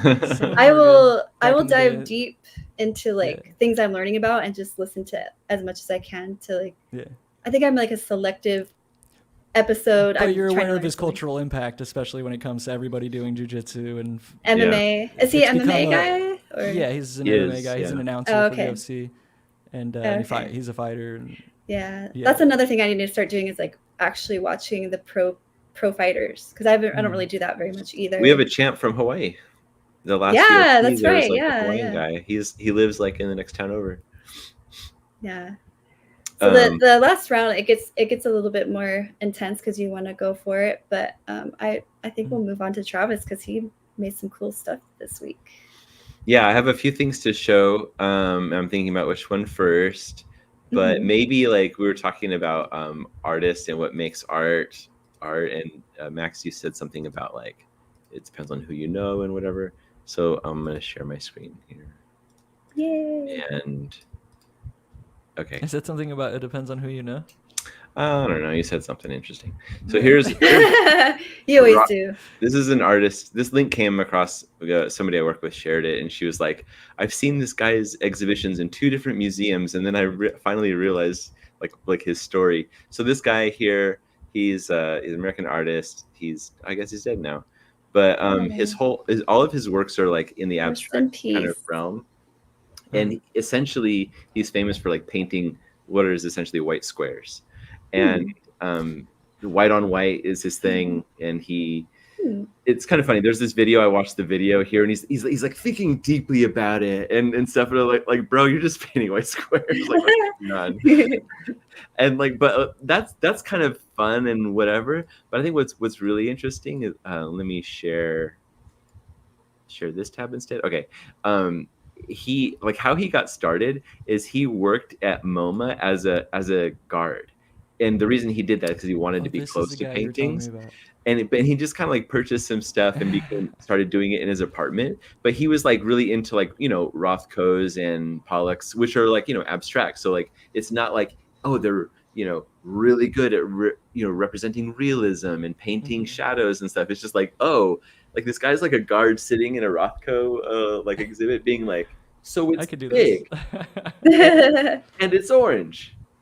Got it, you know, and then he goes home and like paints his own like white squares. He's like, I like this guy. You know what? I like his you know what hustle. I'm gonna do? I'm gonna do white squares. That's gonna be my thing. Hey, I'm painting here. Yeah, and now he's like, his art is like, I'm painting here. His art is like, you know, in museums. He has exhibitions and. Does he use oil? I respect the hustle. He uses white. I don't know what it is. Is it? It looks maybe. Oil? It's just white squares. This one has a circle involved, but it's still white squares. So yeah, I wanted to share that. I thought that was interesting because, you know, art is really this nebulous thing, and the point of abstract art, not the point, but like one of the things about our abstract art is it really challenges what we think art is, and that's a really good thing to do, right? Because if you think you know what art is or looks like or behaves like or does, then you'll miss the art that's really out there. And yeah, I just thought this was like a little fun version. So let's go to Max. Did you have another thing for our round table? How many things you got? I did have a topic related, but now I can't remember what it was. That's a good thing. It was related to the first topic. Maybe we even talked about it already. Okay. Oh yeah, and I also wanted to talk about the layoffs in the tech world because it kind of ties back to what you were talking about, and we kind of never talked about it on the cast. We never got to it, and you were going to pull up the thing from Theo about the developer job demand, how that's going down. Oh yeah, dude, have you heard about ghost posting, ghost listings, job listings? Have you heard about this? This is like I think it's a thing that's been going on. It's just fake. They're not real jobs, right? They're like yes, it has been going on, but it's escalating. Yeah. It's like companies will post a job for a few reasons, even though they don't have an open position. Number one, it makes the company look healthy. So like if you're going to like, you're going to be an investor and you go to their site and they're like, we're not hiring, you know, you're like, oh, you guys are in a shrinking phase. But if you go there and there's a lot of jobs posted, you're like, oh man, you guys have things to do. You're on the move. You need help. I think, sorry to interrupt, but like I've worked with a lot of startups that want to scale up for that reason, to look big. Yeah. And as an investor, it's like, it's one that alone would not be enough for me. I'd have to be like, okay, well, why are you scaling? Do you have demand that you need to meet? Did you make bad hires already and you're not meeting it, so now you have to hire more? Like, I think that's a red flag a lot of times, that people are constantly hiring or trying to. You're smart. It's crazy to me that like people do that to signal something when underneath it's not really a good signal at all. They often, and there's like I read a list of reasons that these ghost postings are on, and that's one of them. There's other ones like managers want to make their current employees work harder or something like that. Right. Yeah, so many like lame things. But the result is you have this job market that looks like it's open and available, but it's actually very closed. I think it comes from like industrial era America. I got a business and we're hiring all these people, and you see a business growing, you see them hiring, they need staff to like produce material. I think it's much different in the modern age where everyone's on computers. It's not manpower anymore. It's like, you know what I mean? Like if you have a factory, dude, and you're expanding the factory and you need people. And so I think that comes from an old world financial mentality, but it doesn't apply to businesses for the last 30 years. Yeah. But I do think that's where it comes from. It's just kind of like an old school mentality to traditional brick and mortar businesses. It's like, tough oh out yeah, we there right opened up now. another cafe, which means we need to hire people Mhm. to manage the cafe. That's one thing. But it's like, oh yeah, we have computers and people on computers, and we're just going to put more people on computers. Yeah, It's, that makes me sad when people like my my people, like people that aren't formed that I'm into, they're having a hard time finding placement. It's tough. It makes me feel very Yeah. fortunate that I have like a place to work, and that I'm interested in. I'm not doing shitty work. I'm doing work that I like, and that makes me feel very fortunate. And I think it's good to count your blessings. Yeah. It's nice to be grateful that you got a good job. Yeah. I'm currently unemployed. I might be back in the job market soon enough. But I think that this whole thing is actually better for people because fuck looking for somebody to pay your rent. I'm on a different trip where I'm trying to build. I would like to not have to work in that kind of traditional setup. Yeah. And I think there's a way to do it where you don't have to scale. You can run a small. It depends on your expectations. I ask a lot of people this that I've Alex worked has a with job. and founders of businesses. Nice, Alex. And I would ask them to see what kind of person they were, and I would be, I would say, would you rather own McDonald's, this massive enterprise with hundreds of thousands of employees all over the world, and all of this overhead and confusion, and you're stressed out because you're managing this big thing, or would you rather have a small boutique filet mignon, like nice restaurant, where the steaks cost $200 and it's a small staff, and in either way, like maybe at McDonald's you might make 100 million, and at this restaurant you're clearing 10 million. At what point, like, does it matter? Like, it depends on what you expect out of life, and I think hopefully there's a lot of people that are realizing, like, oh, I don't need 100 million. Nobody needs $100 million. Right. First of all, so you can start a business that just gets you by. You don't need to aim that high or scale that high. You can just do something that works, that exchange a service for money in society, all right, or a product, and that's it. And I think that people are either like, oh yeah, if I start a business, I got to be a billionaire, or I have to work for somebody.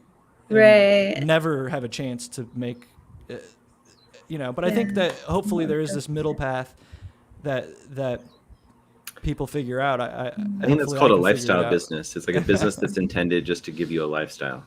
Do the steaks come with a toy though? That's nice. Do the steaks come with a toilet? A toy. Oh, a toy? I thought we were going back to the Japanese toilet for the first question. No. Like a Happy Meal, you get like a little toy, like you get like this like maybe cool pop or something. But I think you get the comparison of managing a much larger overhead for a high return, or smaller overhead with less stress, and you get less return, but you're still doing and most people, a lot of these people that I've worked with, I was surprised that they want the stress. They want to be at the helm of an enterprise. Everybody wants to be Steve Jobs, and it's like you can't. Oh my gosh, yeah. Have more realistic expectations. Being a parent in the Bay Area for 11 years was kind of wild in that sense, that where you see a lot of that influence, like everyone wants their kid to be like the next Steve Jobs, and they'll put their kids in like weekend math programs. Like every kid is in computer camp. It's insane. Multiple languages. It's pretty wild out there. Like and out here it's different. It's more focused on like environmental things, or if you're gonna put your kids in something, community things. What I think you're gonna see are a lot of people doing their own thing. You're gonna see smaller interest-based communities and platforms popping up. The interesting thing that is good about where we're at now in society, it is the law of large numbers. Yeah, bro. And there are so many people, and population is actually still expanding. Like, there's an audience for everything. And it really just comes down to, like, do you have the grit to stick to it, until you find your audience? I love it. That's in my screenplay.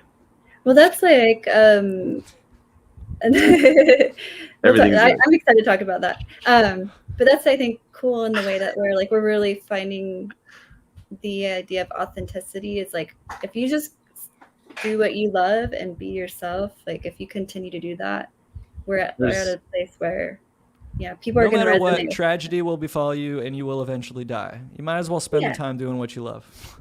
Yeah, for sure. Yeah, bro. Yeah. Sorry, and I didn't mean to brush past Alex's comment. Alex says first found DevTips 8 or so years ago when he was learning, and now is a senior developer thanks to the inspiration. Yeah, this is when we said he has a job. Changing hearts and minds. Yeah. Oh, when you said that, I thought you said he's hiring, and I was like, what's no, he said he's now a senior developer. I'm imagining that's congrats, not on Alex. his That's own. dope. Yeah, that's awesome. Dope. Y'all have great vibes. Thanks. Thanks, Jay. You got good vibes? Yeah, Jay likes Claro. Our kids really like Claro. You know, you mentioned Claro earlier. Our kids introduced. Oh yeah, I love Claro. Yeah. Yeah. Alex is a hobby musician. Nice. Really? Yep. Mm-hmm. We're all out making music. Yeah, everybody has gear in their background. That's cool. Thanks for mentioning the gear in the background. In fact, I wanted to share a video where I use this gear. Do we have time for that? Do you guys want to see my music video? Want to see my music video, guys? The world premiere. 404, right? Do you know? Yeah, it's the SP404. This is like a legendary. You broke it back out. Nice. Yes, I did. I jumped on the SP this week. This is a legendary sampler in like the world of lo-fi hip hop and other forms of art too, but specifically for lo-fi, like this is like the iconic piece of gear from Roland. Yeah, from Roland. Yeah. Yeah. The iconic one is the MPC. Well, I'm saying lo-fi hip hop also iconic. Okay, and lo-fi sure. Specifically. So hip hop, you would say, like Ikai is more bigger. Synth Tips channel. Synth Tips. That's cool. I have one. You do? Yeah. Synth Tips? No, well, music boxes? I actually have 2 music channels. The first one is called App Sessions, and it's like music apps, right? Like synthesizers on your iPad. And I didn't really take that too far, and then I switched to hardware gear, and that's what Little Music Box is about. So let me put a presentation here. Let me share my screen.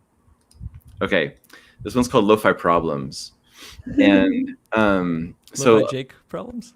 Lo-Fi Jake Problems, yeah. So I like to. You'll see. I like to use vocal samples quite a lot with my music work, and usually, people who are speaking, like just kind of not singing, but like just kind of spoken word samples, vocal samples, and I just try to embed them into the music and remix them. But usually, I try to find quotes and things about what I'm thinking about lately or what I'm feeling about it. And so in this way, my video history of uploads becomes this kind of interesting journal of just like thoughts that I'm exploring lately. And it's kind of funny how often Adventure Time is a part of that. This show is so, I don't know, are you familiar with Adventure Time, the TV show? I'm familiar with it, but I never watched it or got Oh my gosh. Adventure Time is like one of the most clever and biggest heart cartoons ever made. It's so good. And one of the characters, his name is Jake, and Jake is a dog, and Jake has magical, I guess you'd say stretchy powers, but he can grow big and he can grow small and things like that. Okay. And he has a piece of food in his tooth, and he's like trying to get it out. And this other character is like, if you just grow big, then the food will just fall out of your tooth because your teeth will be, the space will be there. And then he's like lectures about you can't just fix everything with stretchy powers. You need problems in your life. It actually, the quote here, to live life, you got to have problems. That's what it says here at the bottom. If you get everything you want the minute you want it, what's the point of living? And I thought that was like nice and profound and whatever. And so I made a beat out of it. So I'll play that beat now. You hear this? Yeah. Okay. Yeah, go full screen. Full screen? No, because... Yeah, you can go full screen. Oh, okay, yeah.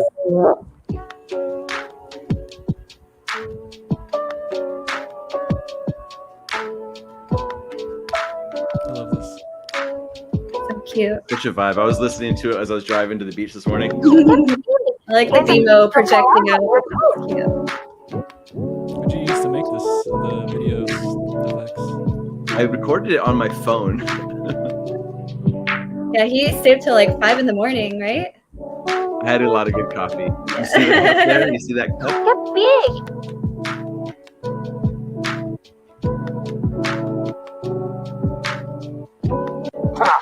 You think I can stretch out of everything? You're so naive.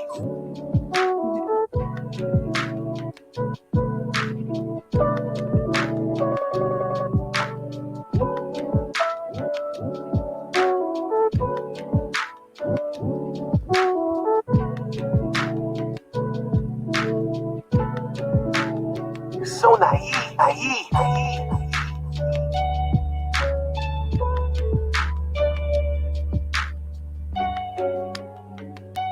You're so naive.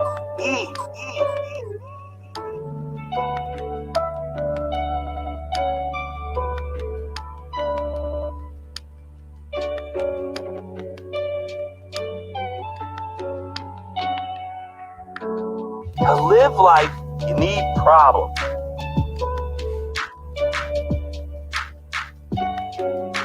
That's so stupid. That's so stupid. Problems.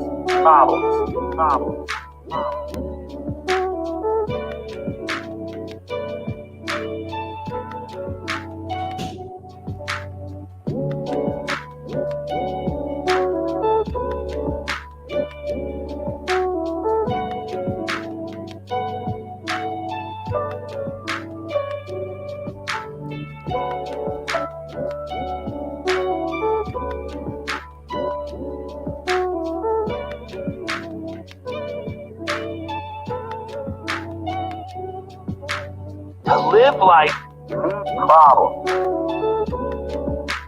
You need problems.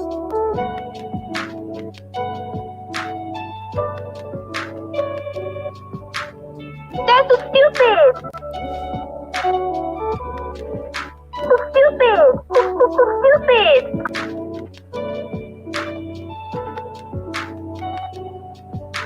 So stupid.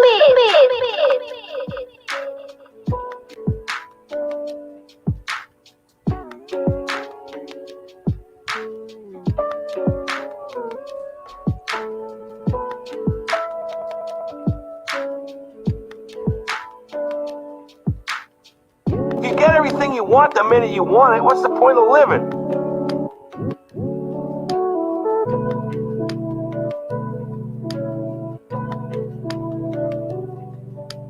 What's the point of living? What's the point of living?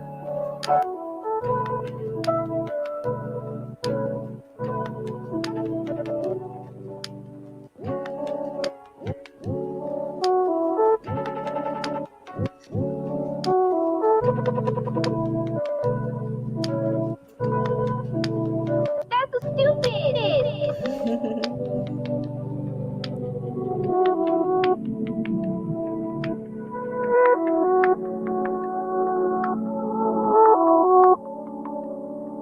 What's the point of living?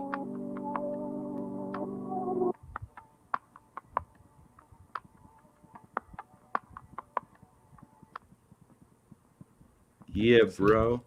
Nice. Thank you. Very I'm really dope. excited about that because it's been, I think, like 2 years since I made one of those types of videos. It's fan. Suddenly, like, Did you just sample that? that was a sample.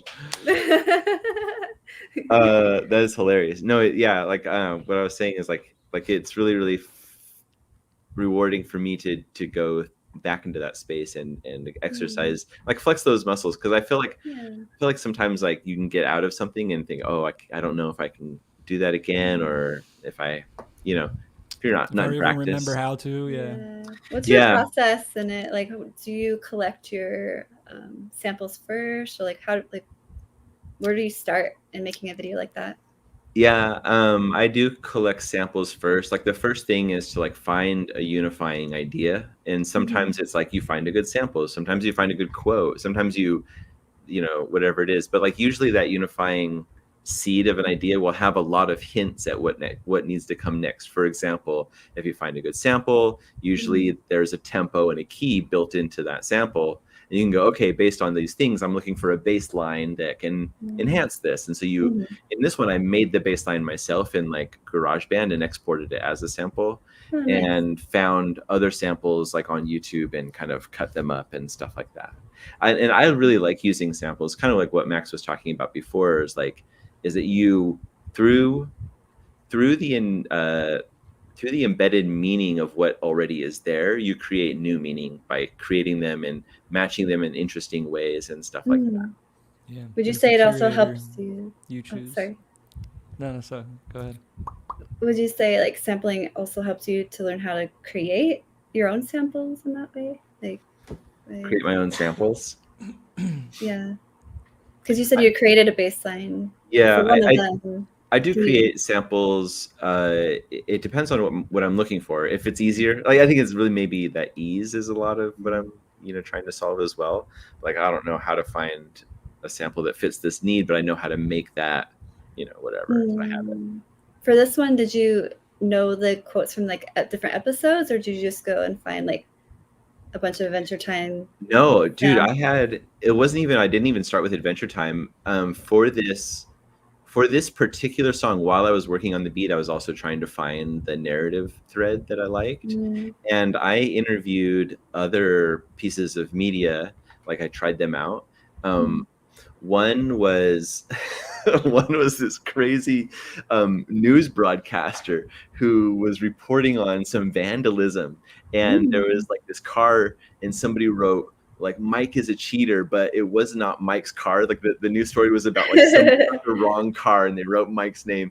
And the news broadcaster was like this old guy, and he goes, Mike, you may want to think about changing your ways or changing your name. Like, that's how like it was like this weird sample of like this guy like daytime television, like local broadcast, like this. It was so cute. Nice. But that didn't really fit with the vibe that I was trying to go, even though I thought it was funny and maybe like a little bit hard, like it's kind of gangster, like this old guy telling a dude to change his name. That would be actually like a fun way to like deliver news, is like make lo-fi hip hop beats of like news clips.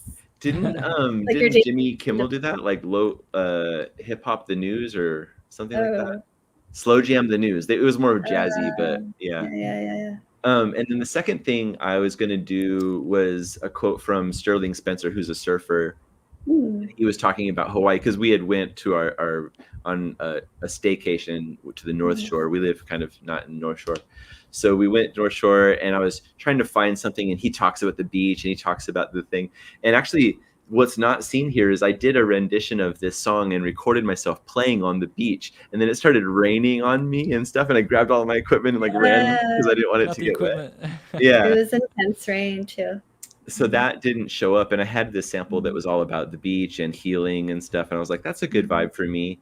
And then I got home, and it was no longer on vacation, and so I got a BoJack Horseman quote, and it's like the total opposite range of the emotional spectrum. He's like very depressed, and he's talking about like why does nothing ever work out? Because it's like just like I'm everywhere with my emotions. It depends on like when the snapshot is taken, if I'm smiling or frowning. But it's all art, Yeah. And then this one here was like, even though you have problems, so it's a little bit more of like, on that emotional like journey.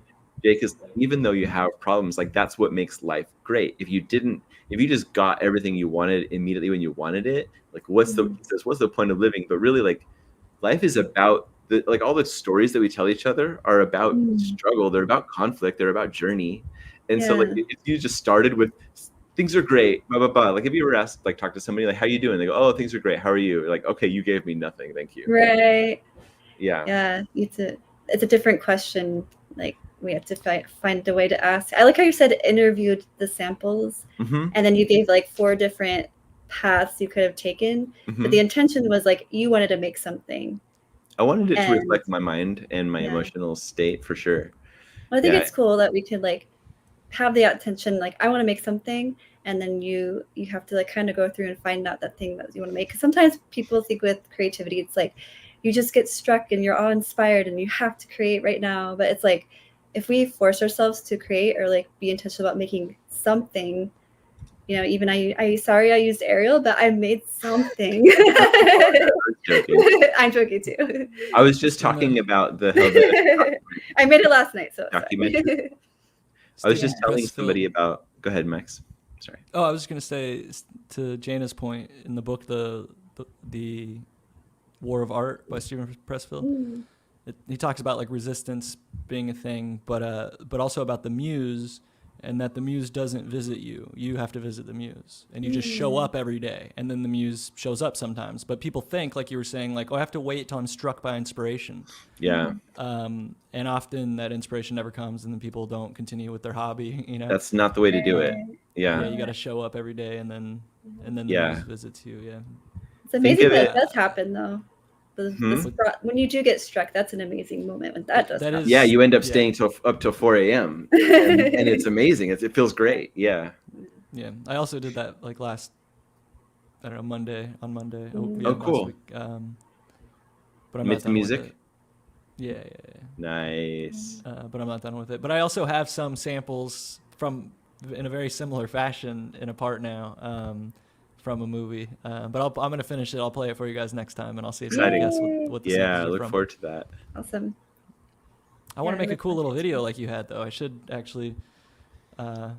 Make a video of you making Film music. performing it. Yeah, dude, it's so fun. I love that stuff. So my YouTube channel has a whole history. Like I should look at how many videos I've made, but I've been making them for years. And like it's so great to look back and be like, I was watching it with my son and he goes, "Dad, you're a lot better now." Because like these early videos, I'm just like just farting around with this electronics, like not doing a great job, just like pretending I make good stuff, but I never I didn't. That's like the beautiful But thing it was about good. it. Yeah, it was. And, It was good at the time. and It you're getting felt good. better. You're just getting Still good better. now. That's the Yeah. only thing. Yeah. If you pull up some of those beats from the early in your channel, they're still dope. Yeah. That's true. That is the Some of funny them. I thing agree. about like our own self-judgment and our own like we want to be better, and especially when you're learning how to make art or how to make stuff, it's never as good as what like like you're not writing songs like the Beatles at first, right? Yeah. And you may never, right? But you're always working towards this thing. But as the artist, you're like, it's never good enough because I know where I wanted it to be. And then you also know like, oh, where I'm at now, I wouldn't have made those decisions back then. But it is kind of messed up when you listen and you're like, actually, they weren't that bad. I should have That accepted bad. they're good. Why didn't I accept this as good? But part of getting better is not accepting it as good. It's like seeing a photograph of yourself from the past and being like, man, that was a good time. Or like that, that was cool, When did I And- appreciate my youth? Yeah. just stuff like that. Because like we're always Yeah. so like in our heads about things, judging ourselves, projecting into the future, wanting to.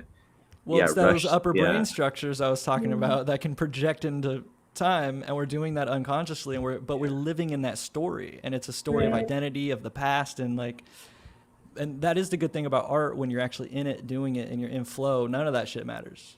It's coming out. You're in the moment. That's great. Yeah. That's great. Okay, who's next? I lost track. I think I just went. Jana, do you want another share a roundtable? It's just you really are going around and around. yeah. Dude, I forgot to say how many I did. I expected each of us to do 2, but I I'll didn't do a even quick like share. share. I just make these things up as I go. Okay. Yeah, why don't we do this? This is the last one. Jana, you share, and then Okay. we'll. It's just we'll a quick end- share. It's more of we'll like end there. interesting. So this is Reggie Watts, Yeah. and he has a new special out, and I want to watch it with you. And I love Reggie Watts. I want to invite Max to watch it. Are you familiar with Reggie Watts? I love Reggie. Yeah. Wedgie Yeah, Watts. Well, Reggie Watts, Watts. So I guess this special is like it's called Nevermind, and it's the idea of it is set in the 80s, and he's just brilliant. He like I don't know. Would you call him rapping or singing, or it's like a whole bunch. It's improv. Yeah, like a lot of. improvs, Mhm. a lot of things about Yeah, the universe and It scientific is like musical things. improvisation. Vocal Yeah. music. Yeah, it's like a lot of beatboxing and vocal Yeah. improv. Yeah. Travis and I saw him once at a science museum in the Bay Area, and it was really cool. It was Yeah, we fun. have a cool picture. I mean, Oh, I'll, you try, do? I'll try to. Live. Here, I'll pull it up. You have that Oh. picture? It's actually What is yeah, this? What is it this was- Veeps? I've never seen this before. I've never seen it either. Is it a video platform? Yeah. And they're I guess completely ripping off just- Netflix.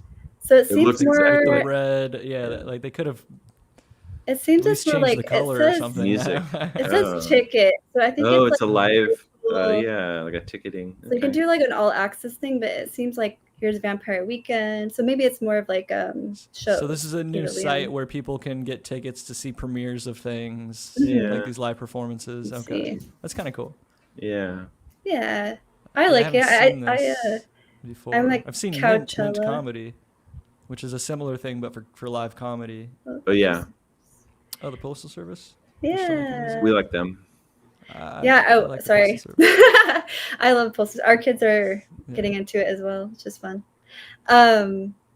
I've done like Coachella when Travis took Parker to Coachella. He won tickets to it through like a work thing, and my son and I did that, and it was fun. But there's just like it's a difference between like being in a crowd, feeling the music, Mhm. feeling like it's so different. We but- saw the Gorillas during the pandemic. Oh yeah, You- that was fun. You got us tickets to like a live stream of Gorillas. That was cool. Yeah, that was actually cool. We were just like dancing around in the living room. Yeah. We have a cute family though. Oh, hang on, let me pull up that picture of Reggie. You and me and Reg. Well, here's the funny thing about it. Hold on. Are you pulling it up right now? Yeah. Okay. Me and Reggie go way back. You know, we got pictures together, so basically family.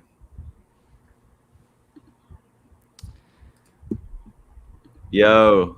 That's the funny thing about it, though. It's actually a video. Oh, it's a video. Yes. It's a video. He was posing for a photo. It's a video. It's so funny. And we- That's yeah, he was like He's posing. posing for a photo, and I was just taking video of it. It's a You video. pranked Reggie Watts. Yeah, dude, that was so fun. Nice. Yeah, dude. Okay, well, that was a really good episode, Jana. Thanks for your interview questions. Max, thanks for your thoughtful provocations. And Yes, thank you know, you. we like art, I guess, is the summary of this episode. Maybe that's the title too. Hey guys, before we end, let's do a face so I could do screenshots and make a thumbnail. we did that so- already. Yeah, we You did wanna do it that. again? When? At the beginning. Last time. No, we have to do it every time because our thumbnails all have to look different. Oh. No, Okay? we did it at the beginning of this episode. I mean, we Wait, can do it again. can we do it in the green room? No, I'm do it embarrassed. now. I'm camera I'm gonna- shy right now. I'm gonna do Okay. it now, and I'm gonna do a screenshot. Okay. We 100% did it at the beginning of this. We episode. did, And We dude, all but looked. it's And we okay. did the peace sign. We did Yeah. Max, I got you looking away. Anyway, that's enough. Oh, Did I okay, do hold it? on. No. Okay, do it again. You know this is video. You can take a screenshot from this at any time. Like, you can Yeah. take any- I'm like making it full screen right now and taking a screenshot of Oh it. my gosh. Okay, Grab a thanks screenshot at everybody. any We'll see you point. next week for DevTips live stream on Sunday. See you guys next